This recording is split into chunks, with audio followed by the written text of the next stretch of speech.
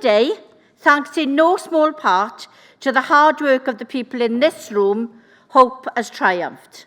And on July the 4th this year, the people of Britain put their trust in Labour. Keir Starmer became Prime Minister, and at long last, the work of positive change began in earnest. And here we are 4 months in with Keir at the helm, showing us what leadership looks like. I'm very privileged to call Keir my friend, and I know everyone here in conference will join me in applauding him, not just for leading us to a historic election victory, but for steering our party and our country with integrity, vision, and the steady leadership that Britain so desperately needed. And looking around this hall, I'm struck by the extraordinary talent we have in our Labour family. So many of you now hold key decision-making roles, shaping the future of our nation. There are too many to mention, and I'm bloody terrified I will forget one, so I will just extend a heartfelt congratulations to all our colleagues who have stepped into ministerial roles. But a special mention must go to my friend, the new Secretary of State, Joe Stephen,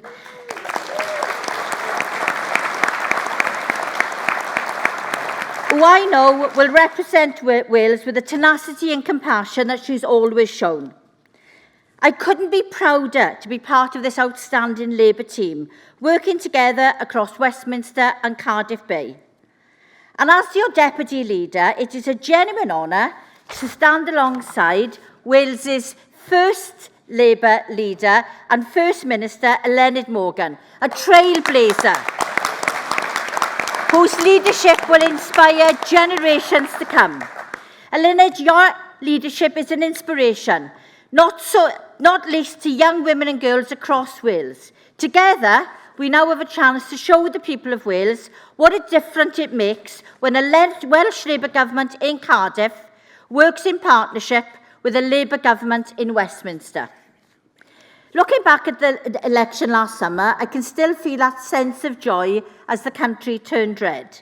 Sitting in a Neath sports hall with my constituency neighbour, Stephen Kinnock, we shared a mixture of elation and relief that after a few tough weeks on the doorstep, the country had put its trust in us. This is probably a good time to warmly welcome all the Welsh Labour newbies at their first Welsh Conference at MPs. And I hope you've all settled in after the first few Freshers' Week style, and there's suddenly hundreds of new faces on the benches. And I want to make a special thank you to Mark Tarmy for sorting everyone's offices out.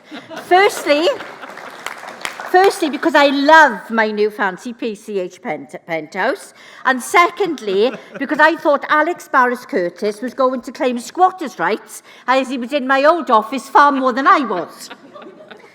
And let's not forget the rest of the Labour family. To our members who pounded the pavements and delivered thousands of leaflets, thank you. To the incredible councillors who are on the front line of delivering Labour values every day, thank you.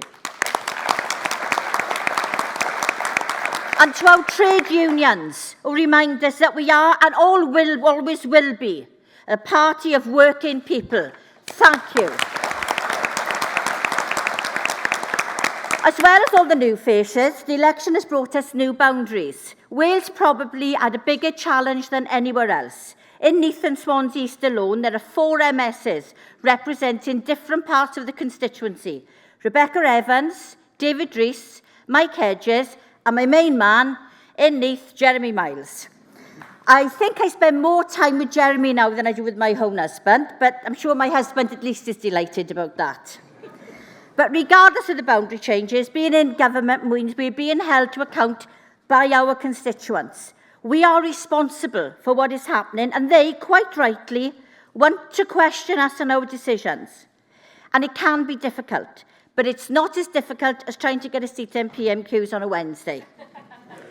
Conference, it's rare to be together this late in the year with less than 6 weeks until Christmas. For me, this time of the year is always about hamper planning, and that doesn't stop for anything other than the year that I accidentally switched on the lights in Downing Street for Boris Johnson, but that's another story.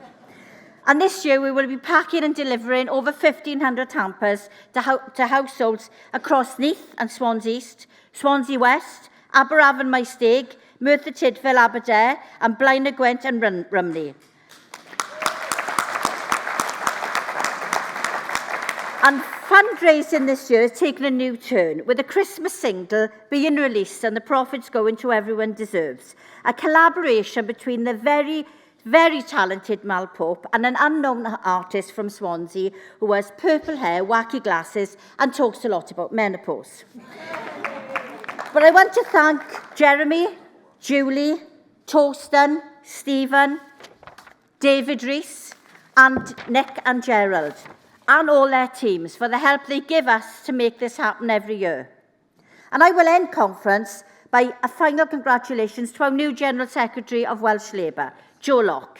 He takes on the role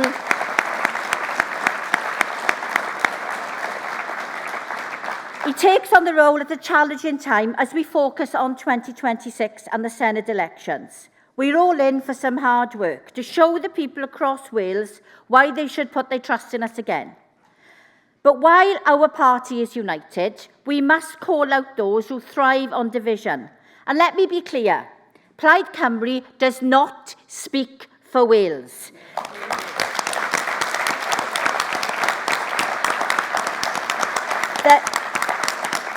The endless talk of independence is a distraction from the real issues facing our communities.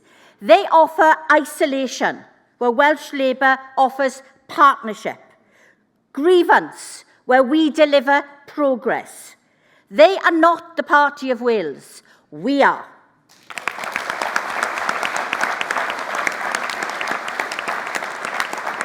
But make no mistake, conference, the Tories may be out of office, but they're not out of our lives. We must fight just as hard to keep them out as we did to kick them out. For the sake of our communities, for our NHS, for our children's future, we cannot let them claw their way back in. Conference, thank you.